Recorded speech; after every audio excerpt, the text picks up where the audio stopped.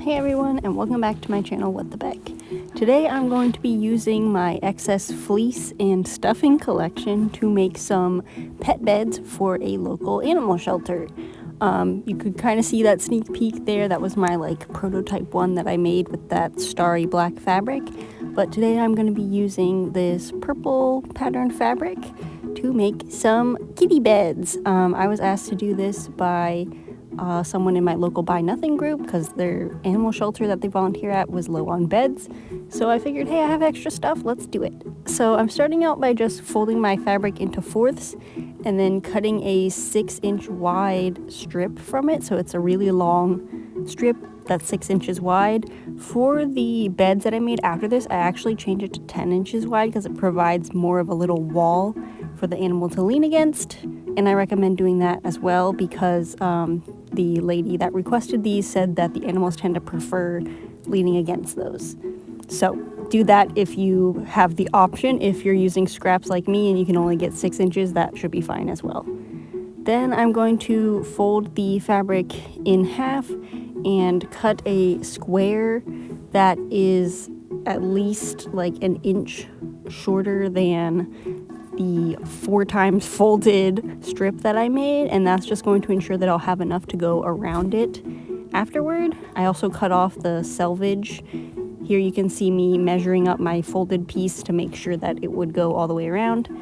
And then just, square it up, and you can do that really easily by folding your corner up like so and cutting along where the edge is, which is out of frame. I'm sorry about that, but you can tell how to make a square.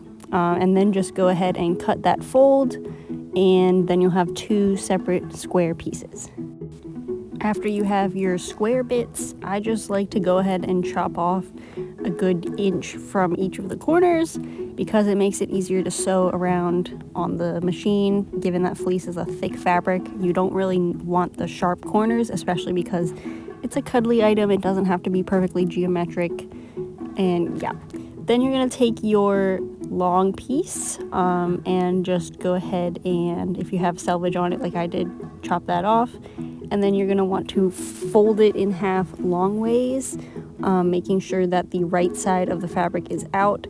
Now with fleece, it's really hard to tell, so I just folded it what I thought was the right side out, but it didn't make too much of a difference. But if you're using something like Minky, it would be more important to make sure that that is facing out.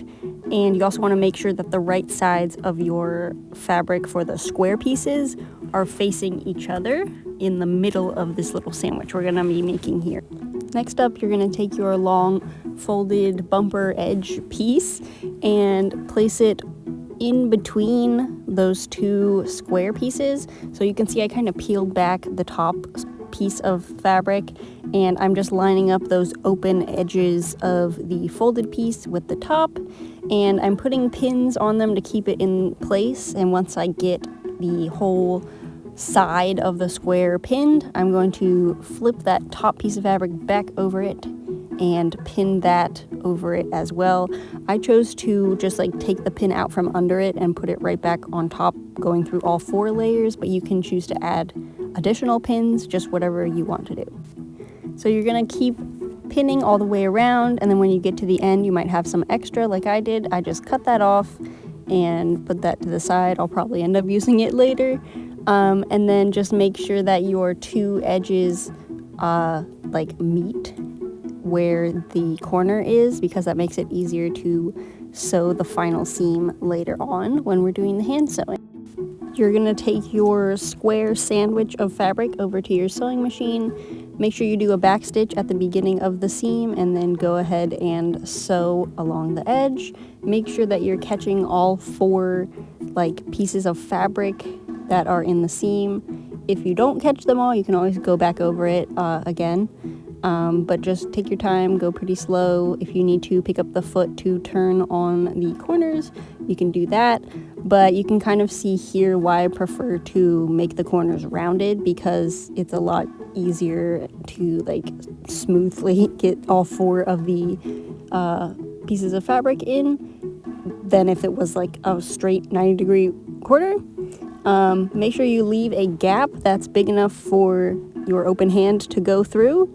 So you can stuff this and turn it inside out, which we're about to do now. And then remember to do the back stitch at the end as well. So you're going to go ahead and pull one layer up away from the others, and then push the whole dog cat bed thingy out of that hole. And then once you've got all the fabric right side out, you're going to just put your hand in there and push all the corners, and like you can pull on the bumper bit as well to get it to come out to the shape it's going to be. But here you can kind of see the final shape. It's just not very structural right now. So the other thing you can do at this point is double check both sides of your fabric. If you have a pattern and you want one to be the side the animal sits on and the other to be the bottom, now is when you decide that, and you would flip your edge piece upward around the, like, I guess, bedding part of it. So I wanted the rainbow to face up, so I did that.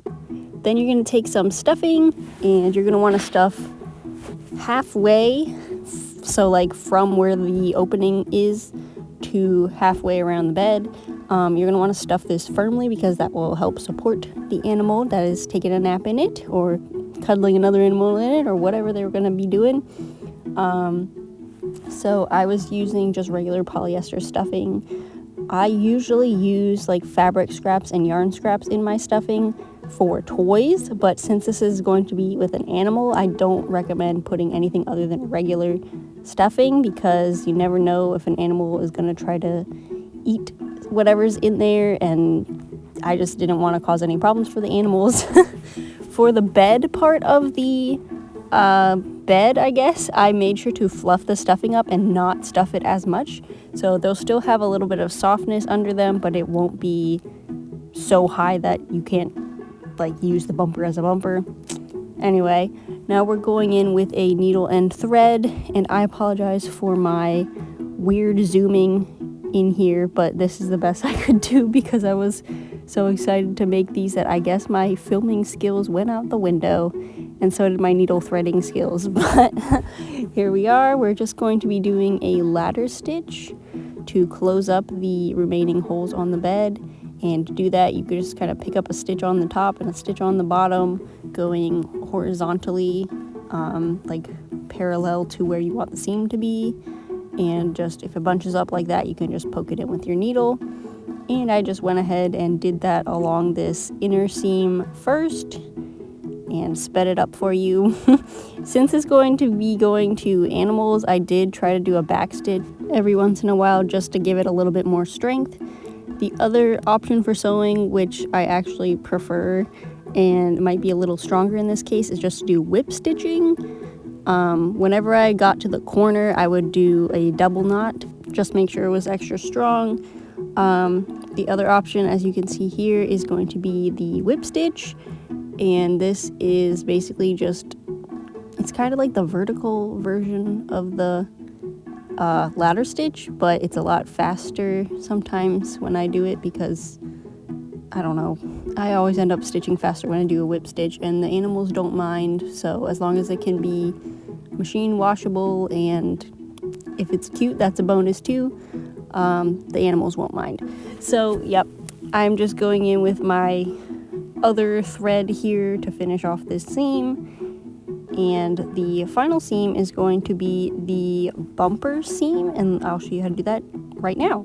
So for the bumper seam, you're going to obviously start in the corner where you had all your other stitching starting, and just come out of the edge like so. And then again, you can choose whether you're going to be doing a ladder stitch or whip stitch or whatever stitch you want to do, and just go from the bottom outside all the way around that seam towards the inside. And you might also find that it's easier to work on that inside bit if you like push that corner inside out from how it will be in the final product. So if you need to do that, that's fine as well. Just do whatever you need to do to get all the holes closed up, because the animals tend to be stressed at the shelter, and if there's a hole, I've been told they will dig at it, so try to minimize the holes. And as you can see here, I'm just closing up that little bottom corner part, and I'm tying a double knot. Thread is giving me some issues.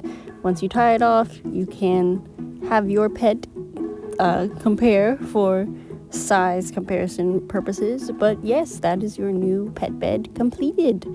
I hope this inspires you to make some pet beds to donate to your local shelter, or maybe make one for your own pet or a pet that you love. That's at someone else's house, but I'll see you next week. Bye.